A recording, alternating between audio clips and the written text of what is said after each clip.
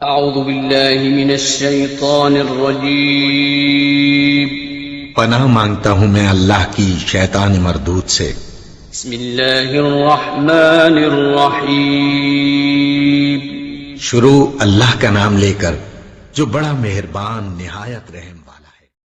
نبی کریم صلی اللہ علیہ وآلہ وسلم نے فرمایا، 3 خصلتیں ایسی ہیں کہ جس میں یہ پیدا ہو جائیں اس نے ایمان کی مٹھاس کو پا لیا۔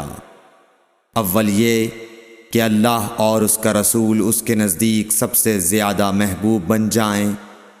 دوسرے یہ کہ وہ کسی انسان سے محض اللہ کی رضا کے لیے محبت رکھے۔